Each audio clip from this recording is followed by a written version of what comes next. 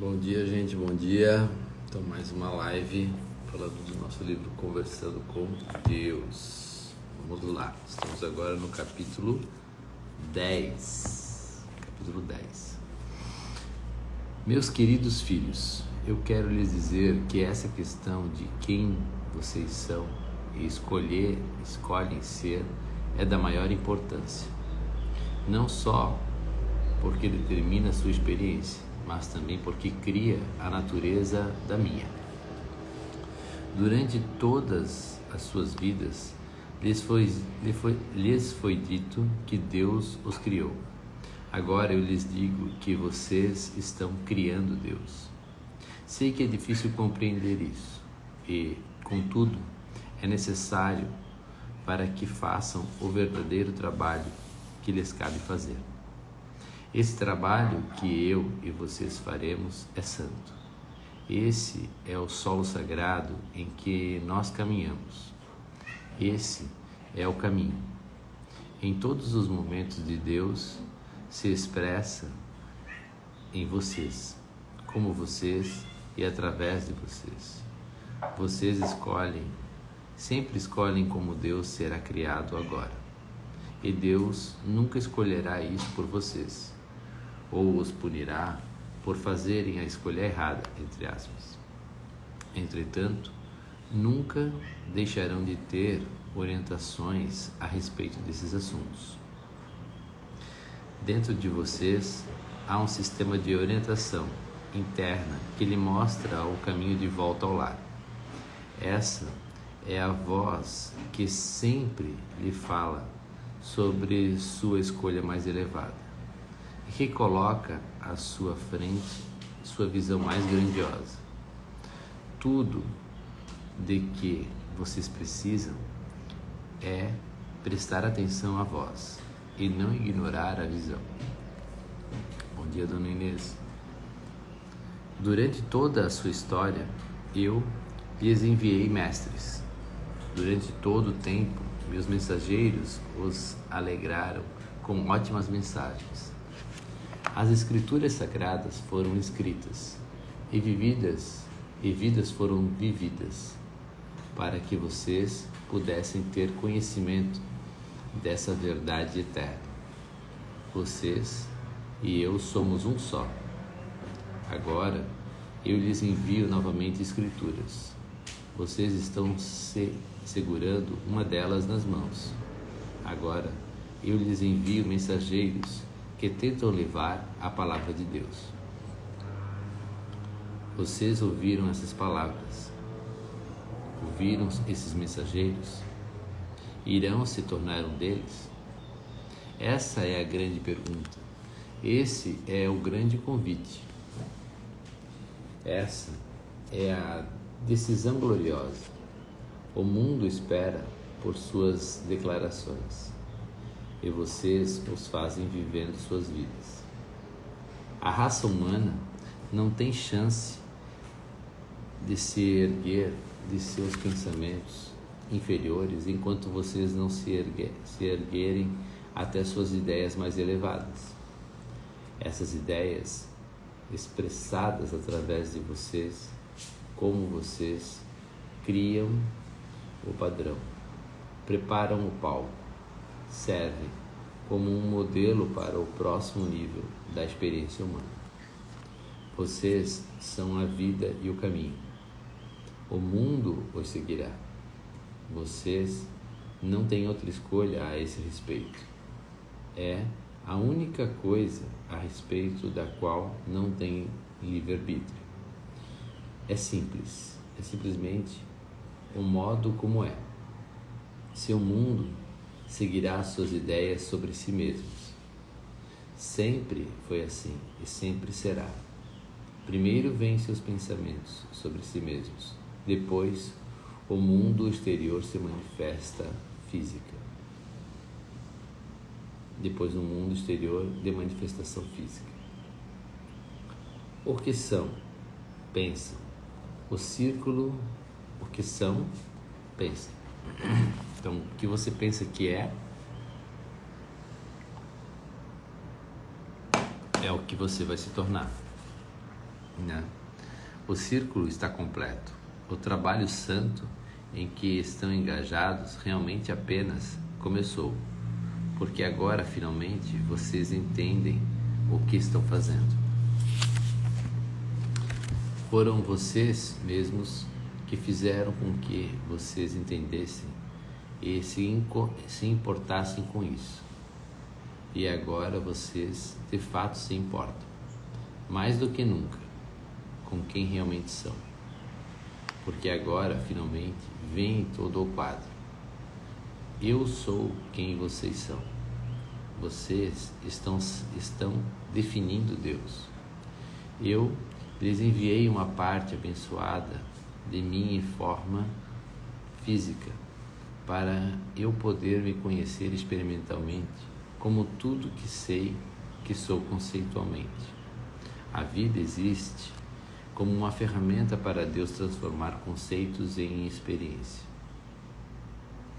Existe para vocês fazerem o mesmo, porque vocês são Deus fazendo isso. Eu escolho me recriar em todos os momentos. Escolho experimentar a versão mais grandiosa da visão mais elevada que já tive de quem eu sou. Eu os criei para que pudessem me recriar. Esse é o nosso trabalho santo. Essa é a nossa maior alegria. Essa é a nossa própria razão de existir. Esse foi o capítulo 10, falando que nós somos Deus e nós estamos hoje criando Deus, né? Isso é uma realidade, isso é uma verdade, porque se eu acho que é um Deus punidor, eu vou ter medo dele. Se eu acho que é um Deus amoroso, eu vou chegar cada vez mais próximo, vou ter intimidade com esse Deus. Então tudo depende como eu tenho minha relação com esse Deus, como eu me coloco, né, em relação a ele, né? Então eu posso temer ou eu posso agradecer, né? E tudo depende desse sentimento interno, né? Vamos lá, 6:18, dá pra gente pegar mais um capítulo aqui. Capítulo 11. Eu tenho apenas mais algumas perguntas para fazer relacionadas com esses seres evoluídos, entre aspas, e então terminarei esse diálogo. Meu querido, você nunca o terminará. Ele será eterno. E agora que está realmente interessado nessa conversa com Deus, ela logo o levará à amizade. Todas as boas conversas levam à amizade. E logo sua conversa com Deus levará a uma amizade com Deus. Poxa, olha que legal. Legal. Ter uma amizade com Deus, um bate-papo com Deus, aí, tomar um café com Deus. Não tem um café com Deus Pai, né? Vamos marcar aí uma conversa. Eu sinto isso. Sinto que realmente todos nós tornamos amigos. Eu sinto que nos tornamos amigos. E, como ocorre em todos os relacionamentos, essa amizade, se for alimentada e tiver a oportunidade de crescer, acabará produzindo um sentimento de comunhão. Você sentirá e experimentará seu eu como estando em comunhão com Deus. Essa será uma comunhão sagrada, porque falaremos como um só. Então este diálogo continuará? Sim, para sempre. E eu não terei de lhe dizer adeus no final deste livro? Você nunca tem de dizer adeus, só tem de dizer olá. O Senhor é maravilhoso, sabia disso? Simplesmente maravilhoso. E você também é, meu filho, também é. Como todos os meus filhos, em toda parte, são maravilhosos. O Senhor disse, filhos, em toda parte? É claro que sim. Não, quero dizer literalmente em toda parte, há vida nos outros planetas? Há filhos seus em outras partes do universo? Mais uma vez, é claro que sim. Existem civilizações mais avançadas? Existem algumas sim. Existem algumas sim. Em que sentido são mais avançadas? Em todos os sentidos, tecnologicamente, politicamente, socialmente, espiritualmente, fisicamente, psicologicamente. Por exemplo, sua insistência em comparações e sua constante necessidade de caracterizar algo como melhor ou pior, superior ou inferior, bom ou ruim, demonstra o quanto foram longe na dualidade, o quanto mergulharam fundo no separatismo. Nas civilizações mais avançadas, o Senhor não observa essas características. Ele fez uma pergunta. Nas civilizações mais avançadas, o Senhor não observa essas características? O que quer dizer com dualidade? O nível de avanço de uma sociedade inevitavelmente se reflete no grau de pensamento dual. A evolução social é demonstrada por seu movimento em direção da unidade, não do separatismo. Por quê? Porque a unidade é tão difícil? Porque a unidade é a verdade, o separatismo é a ilusão. Enquanto uma sociedade se considerar separada, um conjunto de unidades separadas viverá na ilusão. Vou ler de novo. Porque a unidade é a verdade, o separatismo é a ilusão. Enquanto uma sociedade se considerar separada, um conjunto de unidades separadas viverá na ilusão.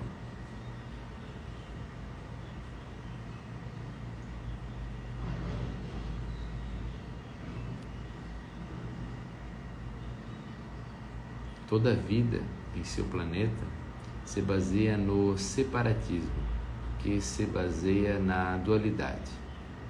Vocês se consideram famílias ou clãs separados, reunidos em bairros, estados ou países separados, formam um mundo ou planeta separado. Acham que seu mundo é o único habitado no universo e sua nação é a melhor que existe na Terra. Acham que seu estado é o melhor da nação e sua família é a mais maravilhosa do estado. Finalmente, acham que são melhores do que todos em sua família. Vocês dizem que não pensam nada disso, mas agem como se pensassem. Seus verdadeiros pensamentos se refletem diariamente em suas decisões sociais, suas conclusões políticas, suas determinações religiosas e suas escolhas econômicas e individuais de tudo, de amigos a sistemas de crença e a seu próprio relacionamento com Deus, isto é, comigo.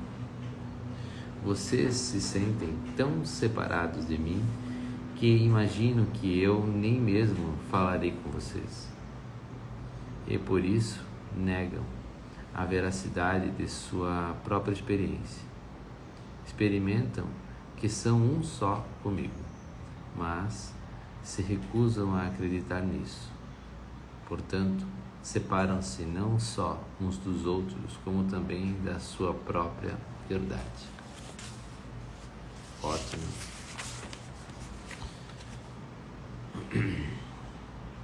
Como uma pessoa pode se separar de sua própria verdade, ignorando-a, vendo-a, negando-a ou mudando-a, distorcendo-a, para que corresponda a uma noção pré-concebida que vocês têm sobre ela?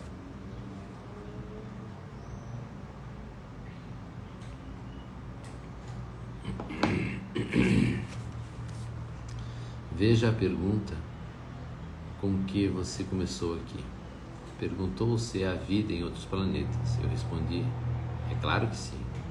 Porque são muitas as evidências, tão óbvias, que eu fiquei surpreso por você fazer essa pergunta.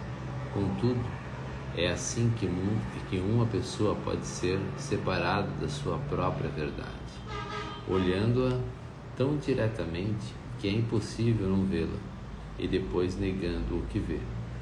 O mecanismo aqui é a negação, e nenhuma negação é mais insidiosa do que a autonegação.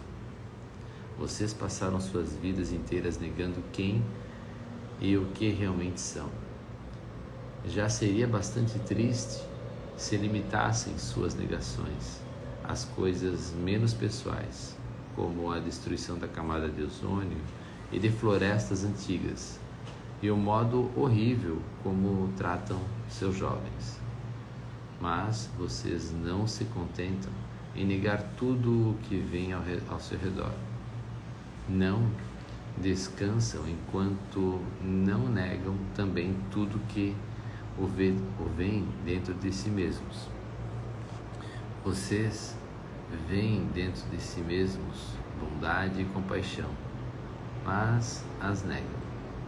Veem sabedoria, mas a negam. Veem possibilidades infinitas, mas as negam. E veem, experimentam Deus dentro de vocês, e contudo o negam.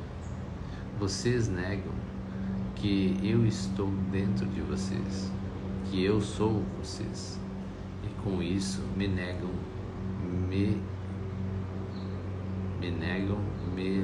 meu lugar justificado e óbvio.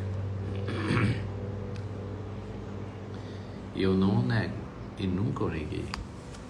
Você admite que é Deus? Bem, eu não diria isso exatamente. Eu lhe digo que antes do galo cantar, você me negará 3 vezes, com seus próprios pensamentos, com suas próprias palavras, com seus próprios atos. Você sabe no fundo do seu coração que eu estou com você, em você, que somos um só, contudo me negam. Alguns de vocês dizem que eu existo, mas fora de vocês, em algum lugar. E quanto mais longe imaginam que eu esteja, mais se afastam da sua própria verdade. Como ocorre com muitas outras coisas na vida, da destruição dos recursos naturais do seu planeta aos abusos contra crianças em tantos dos seus lares. Vocês veem, mas não acreditam no que veem. Mas por quê? Por quê? Por que vemos e não acreditamos? Porque estão presos à ilusão que não podem ver além dela. De fato, não podem ver para que a ilusão continue. Essa é a dicotomia divina.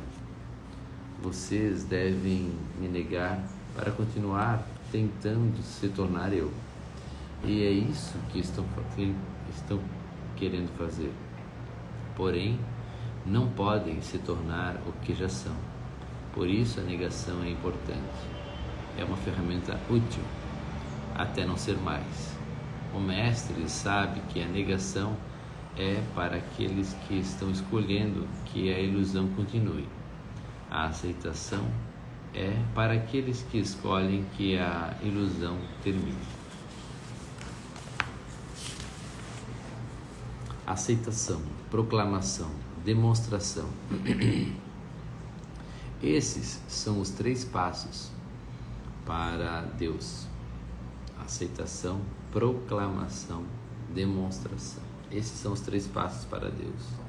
A aceitação de quem e do que você realmente é. A proclamação disso para todo mundo e sua demonstração de todos os modos. A proclamação de si mesmo é sempre seguida de demonstração. você demonstrará que seu eu é Deus, como agora demonstra o que pensa do seu eu. Toda a sua vida é uma demonstração disso. Todavia, com essa demonstração, você enfrentará o seu maior desafio, porque quando parar de negar seu eu, outros o negarão. No momento em que você proclamar sua unicidade com Deus, outros proclamarão sua parceria com Satanás. No momento em que você proclamar sua unicidade com Deus, outros proclamarão sua parceria com Satanás. No momento em que você falar a maior verdade, outros dirão que é a maior blasfêmia. E, como acontece com todos os mestres que demonstram tranquilamente sua mestria, será ao mesmo tempo adorado e insultado, enaltecido, denegrido, honrado e crucificado. Porque, embora para você o ciclo tenha terminado, aqueles que ainda vivem na ilusão não saberão o que fazer com você. E o que acontecerá comigo? Eu não compreendo, estou confuso. Pensei que o Senhor tinha dito repetidamente que a ilusão deve continuar, que o jogo deve continuar, para haver algum jogo? Sim, eu disse isso, e deve. O jogo deve continuar, porque o fato de um ou dois de vocês terminarem o ciclo da ilusão não faz o jogo terminar, nem para vocês, nem para os outros jogadores. O jogo não termina enquanto a totalidade de tudo não se torna um só novamente. Mesmo então, não está terminado, porque no momento da reunião divina, a totalidade de tudo será tão magnificente, tão intensa, que eu, vocês, nós, literalmente, explodiremos de alegria e o ciclo começará de novo. Então o Big Bang é uma explosão de alegria. O jogo nunca terminará, meu filho, nunca terminará, porque o jogo é a própria vida e a vida é quem nós somos. Mas o que acontece com o elemento individual ou a parte do todo, como o Senhor a chama, que atinge a mestria, o total conhecimento? Esse mestre sabe que apenas sua parte do ciclo está completa, que apenas sua experiência da ilusão terminou. Agora o mestre ri, porque vê o seu plano. Agora o mestre ri, porque vê o seu plano. Vê que mesmo ao completar o ciclo, o jogo continua, a experiência continua. Então, também vê o papel que agora pode representar na experiência. Seu papel é levar os outros à mestria, e continua a representá-lo, mas de outro modo e com novas ferramentas, porque ver a ilusão lhe permite evitá-la. O mestre fará isso quando servir ao seu objetivo e prazer. Dessa forma, proclama e demonstra sua mestria, e as pessoas o chamam de Deus e deusa. Quando todos vocês atingirem a mestria, sua raça como um todo, porque sua raça é um todo, se moverá facilmente através do tempo e do espaço. Vocês terão dominado as leis da física como as compreendem, e vocês tentarão ajudar aqueles que são de outras raças e civilizações a também atingirem a mestria. Como aqueles de outras raças e civilizações estão fazendo conosco agora? Sim, exatamente. E somente quando todas as raças do universo tiverem atingido a mestria,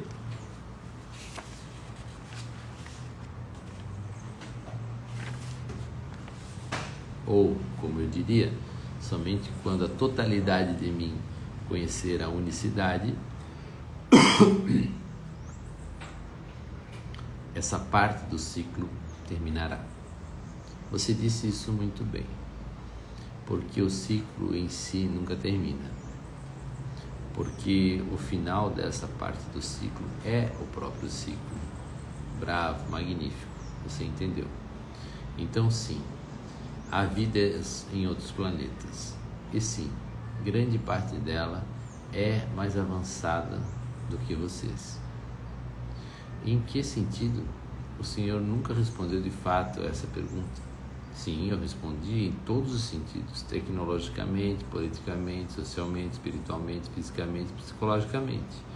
Sim, mas dê alguns exemplos. Essas afirmações são tão amplas que não fazem sentido para mim.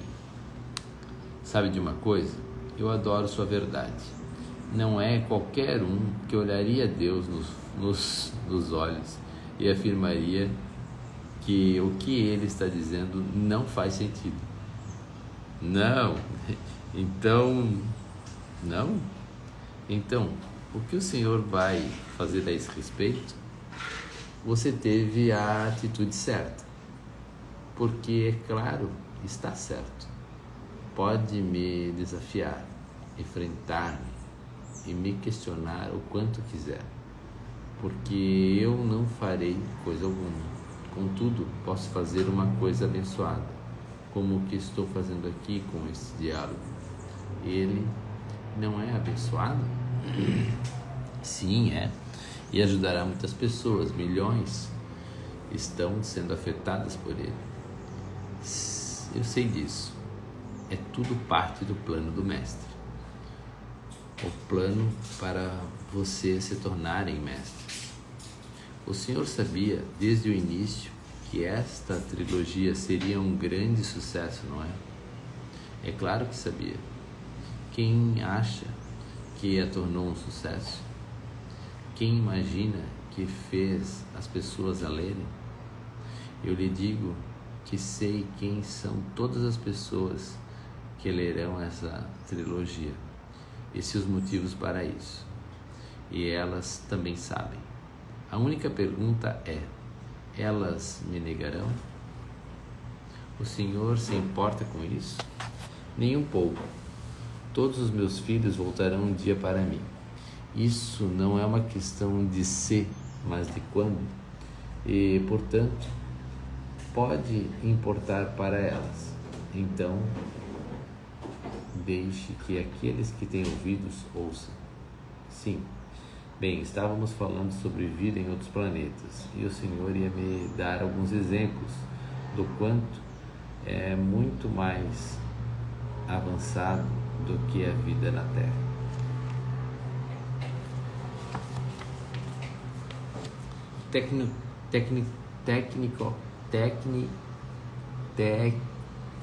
Tecnologicamente, a maioria das outras civilizações é muito à frente de vocês. Em que sentido? Dê um exemplo. Está bem. O tempo. Vocês não parecem poder controlá-lo. Na verdade, nem mesmo podem prevê-lo com exatidão. Por isso, estão sujeitos a seus caprichos. A maioria dos mundos não está. Os seres da maioria dos planetas podem, por exemplo, controlar a temperatura local. Podem. Eu achei que a temperatura de um planeta fosse um produto de sua distância do seu Sol, sua atmosfera, etc. Essas coisas estabelecem os parâmetros. Dentro desses parâmetros, muito pode ser feito. Como assim? De que modo? Controlando o meio ambiente, criando ou deixando de criar certas condições na atmosfera. Veja bem, isso não é só uma questão de onde você está em relação a um Sol, mas também do que coloca entre você e esse Sol. Vocês colocaram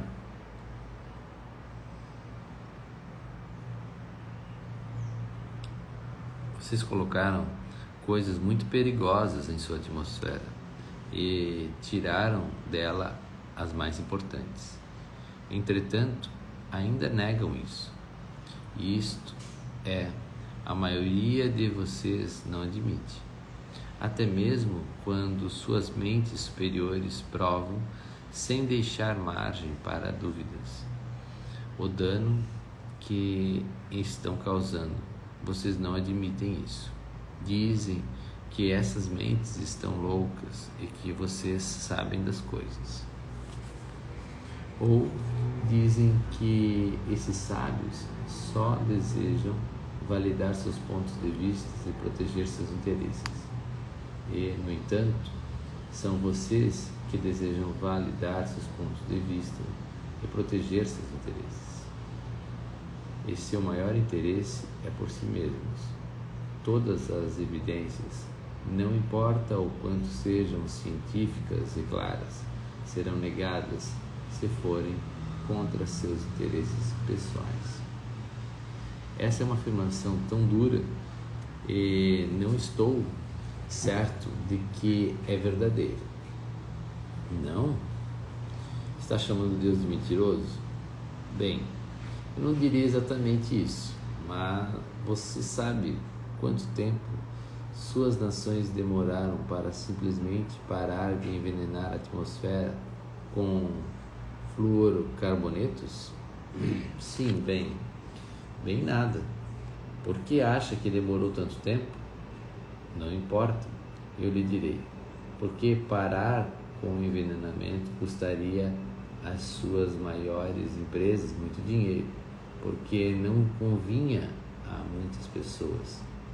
Demorou tanto tempo porque durante anos muitas pessoas e nações escolheram negar, precisaram negar a evidência para proteger seu interesse no status quo, em manter as coisas como estavam.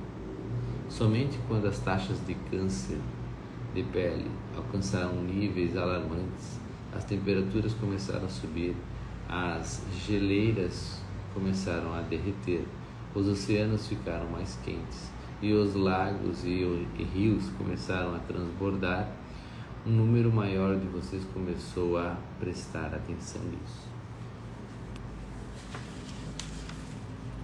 Somente quando seu interesse pessoal o exigiu, vocês viram a verdade que suas mentes superiores tinham colocado diante dos seus olhos durante anos. O que há de errado com o interesse pessoal? Pensei que o Senhor tinha dito no livro 1 que o interesse pessoal era o ponto de partida. Eu disse, contudo, em culturas e sociedades de outros planetas, a definição de interesse pessoal é muito mais ampla do que a do seu mundo.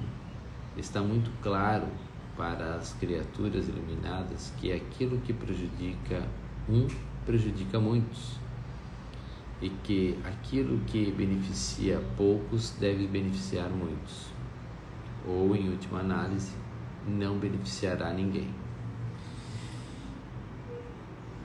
Em seu planeta ocorre exatamente o oposto. Aquilo que prejudica é ignorado por muitos, e aquilo que beneficia poucos é negado a muitos.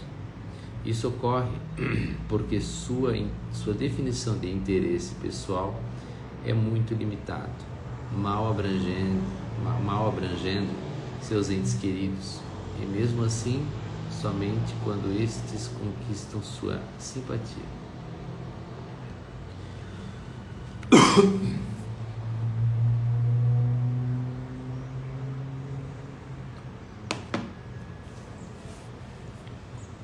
Sim, eu disse no livro 1 para, em todos os relacionamentos, fazerem o que é do interesse do eu. Mas também disse que, quando você souber qual é o seu maior interesse, saberá que também é do maior interesse da outra pessoa, porque você e ela são um só. Você e todas as outras pessoas são um só, e esse é um nível de conhecimento que vocês não atingiram. Você está me perguntando sobre tecnologia avançada e eu lhe digo que não pode usar a tecnologia avançada de nenhum modo benéfico se não tiver um pensamento avançado. Tecnologia avançada sem pensamento avançado não cria avanço, mas destruição. Vocês já experimentaram isso em seu planeta e estão muito perto de experimentá-lo de novo. O que o Senhor quer dizer? Do que está falando? Eu estou dizendo que em seu planeta vocês já atingiram o topo. Na verdade, foram mais longe, para o qual estão agora lentamente subindo. Tinham uma civilização na Terra mais avançada do que existe agora, e ela se destruiu. Não só se destruiu, como quase destruiu tudo ou mais. Fez isso porque não sabia como lidar com a tecnologia que havia desenvolvido.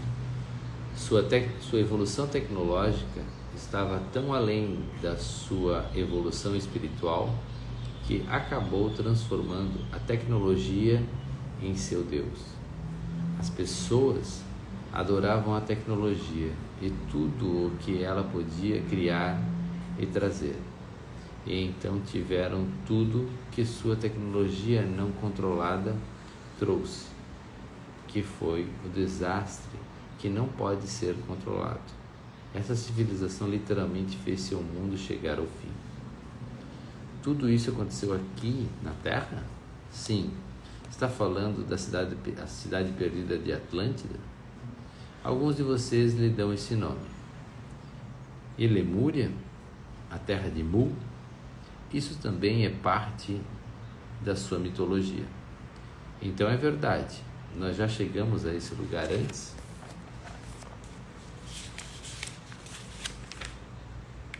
Fomos além dele, meu filho, muito além. E nós realmente nos destruímos. Porque você está surpreso? Está fazendo a mesma coisa agora? Eu sei que estamos. O Senhor nos dirá como podemos parar de fazer isso? Há muitos livros sobre esse tema. A maioria das pessoas o ignora.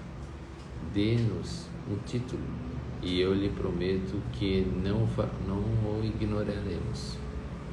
Leiam The Last Hours of Ancient Sunlight.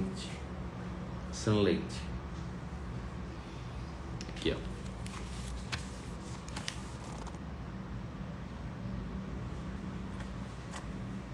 Aqui tá o nome, tá? Meu inglês não é aquilo tudo, então leiam The Last Hours of Ancient Sunlight, de um homem chamado Don Hartman. Sim, eu adoro esse livro. Ótimo, esse mensageiro está inspirado. Chame a atenção do mundo para este livro. Vou fazer isso. O livro diz tudo o que eu diria aqui. Em resposta à sua última pergunta, não há necessidade de eu escrevê-lo através de você. O livro contém um resumo de muitos modos pelos quais seu planeta está sendo prejudicado e maneiras de impedir sua destruição. Até agora, o que a raça humana tem feito neste planeta não tem sido muito inteligente. De fato, durante todo este diálogo, o Senhor descreveu nossa espécie como primitiva. Desde que fez pela primeira vez esse comentário, eu me pergunto como deve ser viver em uma cultura não primitiva. O Senhor diz que há muitas sociedades ou culturas assim no universo. Sim, quantas? Muitas, dezenas, centenas, milhares. Há milhares de civilizações avançadas. Sim, e há outras culturas mais primitivas do que a sua. O que mais caracteriza uma sociedade como primitiva ou avançada? O grau em que coloca em prática seus conhecimentos mais elevados. Isso é diferente do que você imagina. Você imagina que uma sociedade deveria ser chamada de primitiva ou avançada baseada em seus conhecimentos. Mas de que adianta os mais altos conhecimentos se você não os coloca em prática? A resposta é de nada. De fato, esses conhecimentos se tornam perigosos. É uma característica da sociedade primitiva chamar retrocesso de progresso. Sua sociedade andou para trás, não para frente. Grande parte do seu mundo demonstrava mais compaixão há 70 anos do que demonstra agora. Algumas pessoas não vão gostar de ouvir isso. O Senhor diz que não julga, mas algumas pessoas podem se sentir julgadas aqui. Nós já falamos sobre isso. Se você diz que quer ir para Seattle e está dirigindo para São José, a pessoa para quem pergunta como chegar em Seattle está sendo julgadora? Se ele disser que está seguindo um rumo que não o levará onde diz que quer ir, chamar-nos de primitivos não é apenas nos mostrar o rumo certo. A palavra primitivo é pejorativa? É mesmo. E, no entanto, vocês dizem que admiram tanto a arte primitiva e, frequentemente, apreciam músicas por suas qualidades primitivas, para não falar em certas mulheres. O Senhor está fazendo um jogo de palavras para mudar as coisas? De forma alguma. Só estou lhe mostrando que primitivo não é necessariamente pejorativo. É seu julgamento que o torna isso. Primitivo é meramente descritivo. Simplesmente diz o que é verdade. Que algo está em um estágio muito inicial de desenvolvimento. Não diz mais nada do que isso. Não diz nada sobre certo ou errado. Vocês é que acrescentam esses significados. Eu não os tornei errados aqui. Só descrevi sua cultura como primitiva. Isso só lhe parece, entre aspas, errado se você tem um julgamento sobre ser primitivo. Eu não tenho um julgamento desse tipo. Compreenda que uma avaliação não é um julgamento, só é uma observação do que é. Quero que vocês saibam que eu os amo e não os julgo. Olho para vocês e só vejo beleza, como ocorre com a arte primitiva. Exatamente. Ouço sua melodia e só sinto emoção,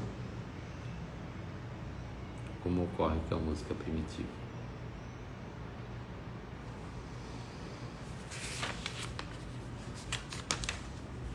Agora, você está entendendo? Eu sinto a energia da sua raça como vocês sentiriam a energia de um homem ou uma mulher de sensualidade primitiva. E como vocês, fico excitado. Agora, esta é a verdade sobre vocês e eu.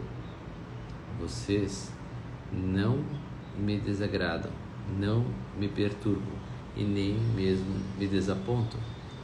Vocês me excitam. Eu fico excitado com novas possibilidades, novas experiências ainda por vir. Em vocês, eu descubro novas aventuras e a excitação de atingir novos níveis de magnificência. Longe de me desapontarem, vocês me emocionam. Vocês emocionam-me. Fico emocionado com o milagre que vocês representam. Vocês acham que atingiram o auge do desenvolvimento humano e eu lhes digo que estão apenas começando. apenas começaram a experimentar seu esplendor. Suas ideias mais grandiosas ainda não foram expressadas, e sua melhor visão de si mesmos ainda não foi vivida. Mas esperem, olhem, observem, os dias de seu desabrochar estão próximos. A haste se tornou forte e logo as pétalas se abrirão. E eu lhe digo que a beleza e a fragrância de seu desabrochar encherão a terra, e vocês ainda terão seu lugar no jardim dos deuses. Assim acaba mais um capítulo, capítulo 11 do Conversando com Deus. Certo, gente? Então, amanhã, capítulo 12. Valeu? Gratidão, gratidão. Até amanhã.